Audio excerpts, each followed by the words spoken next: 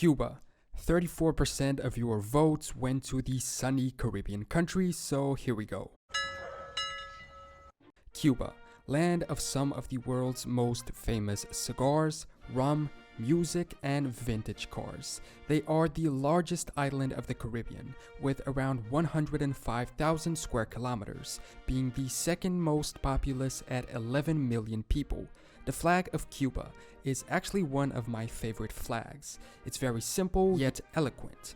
It's made up of 5 stripes, 3 blue and 2 white alternating, and a red triangle placed on the left side of the flag with a white 5-pointed star in the middle. But this flag was only implemented officially in 1902. So what was the flag or flags flying over the island before this? To answer this question, we have to go back about 500 years. Before the Spanish arrived, Cuba was populated by some native people. These were called the Ahuacos. They were tribes of the West Indies, as they were known at the time. Keep in mind that the term Ahuaco is generalized and includes many native tribes in a lot of American lands. Now, I couldn't find any standards, let alone flags, of these people. However, I did find something pretty interesting. Apparently, in Colombia, a land where these native people also lived, it is a custom up to today to make these types of bags, called the Ahuaca mochila. In them, we see a lot of patterns and symbols, and apparently these symbols are actually related to the native population. Here we can see how they mean certain things, one being the balance of the earth, the other being law, vegetation, amongst others. So the closest we can get to a flag, or at least a symbol that these people used to represent themselves, seemed to be this set of patterns. But then came the Spanish, who colonized the island and a lot more around it. From 1511 to 1521, the island was ruled under the Governorate of Cuba, and its flag was the Spanish flag, a joining of the banners of León and Castile, the 2 previous independent kingdoms of Spain. Throughout the Spanish Empire's lifespan, they reorganized their territory a lot. So in 1521, Cuba officially became part of New Spain, using Spain's new flag, the Burgundy Cross. A couple hundred years later, in 1607, the organization changed again, and while still belonging to New Spain, they became the Captaincy General of Cuba, bearing a new Spanish flag more similar to the current one. However, as we know, Spanish rule of the island was not meant to last forever, and in 1895, the Cuban War of Independence began, where Cubans, along with the United States, fought against Spain and won. This Revolutionary War also took place at the same time as the Philippine Revolutionary War, and they were both aided by the US, which were involved in the broader Spanish-American War. Like I said, the Cubans won, and in 1898, the Treaty of Paris was signed. Spain relinquished all claim of sovereignty over Cuba and ceded Puerto Rico, Guam, and the Philippines to the United States. However, Cuban independence wasn't immediate, because from 1898 to 1902, they were ruled by a US military government, so during these 4 years, they technically used the US flag. This was because, on top of relinquishing claims on Cuba, Spain technically also ceded it to the United States. The period is referred to as the first occupation of Cuba. And then, finally, in 1902, Cuba became fully independent. There was a brief second occupation from 1906 to 1909 when they used the US flag again. But in 1908, free elections took place, and in 1909, full sovereignty was recovered. The current Cuban flag was in use during this first Cuban Republic, although in slightly lighter tones than the current version, apparently. Now we get to the year of 1959, the time of the Cuban Revolution. It was an armed revolt conducted by the revolutionary 26th of July movement and its allies against the military regime at the time. I mentioned the revolution because it's also interesting to take a look at the flags that were flown in the conflict and that sometimes influence future flags of institutions in Cuba today. The 26th of July movement used a red and black flag, with an abbreviation of the name in white letters. Another of the revolutionary factions, the Student Revolutionary Directorate, are said to have used a plain red flag at some points. However, both them and another independent guerrilla group used the current flag, a darker version of the First Republic ensign.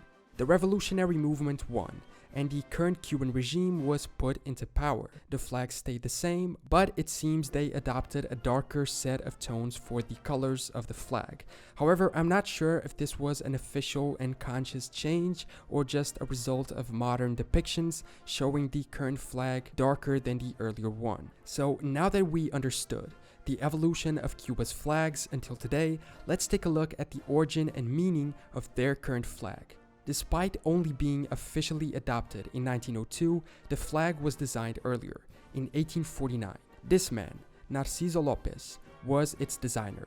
He began as a Spanish general, fighting for the Spanish crown against the rebel armies of Venezuela. But soon after, he moved to Havana. Becoming involved in anti-colonial movements, he was forced into exile. In 1849, he moved to New York City, where he continued to advocate for an independent Cuba, and supposedly designed this flag, along with his friend, a poet called Miguel Teurbe Tolón. It is said that the three blue stripes represent the three departments in which Cuba was divided at the time: Western, Central, and Eastern. The white is for the purity of the ideals, the red triangle originated from the French Revolution, and the three ideals of liberty, equality, and fraternity, while the red stands for the blood and courage of the Cuban people. According to some sources, the star was for the new states that should be added to the United States. This last meaning is a little controversial, I guess, taking into account the troubled relationship between the two states further on in history. In fact, a lot of other sources leave this out and state that the star just has the same meaning as the triangle, or that the fact it was only one star symbolized the desire for full independence.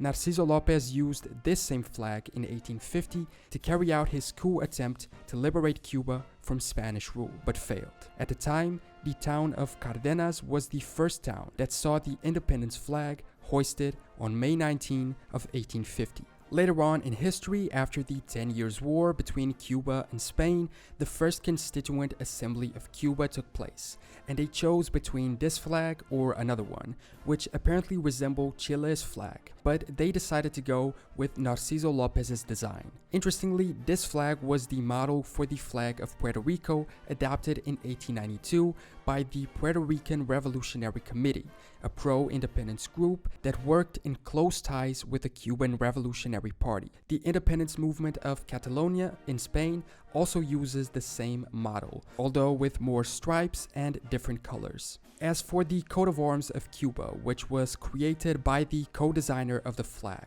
it was adopted in 1906, and it is this one.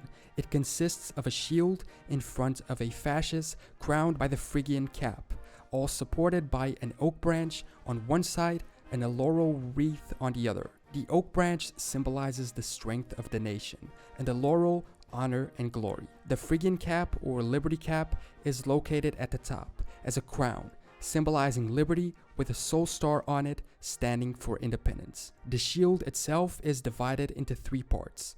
In the chief, a key charging a blue sea between two rocks, symbolizing Cuba's geographical position between Florida and the Yucatan Peninsula.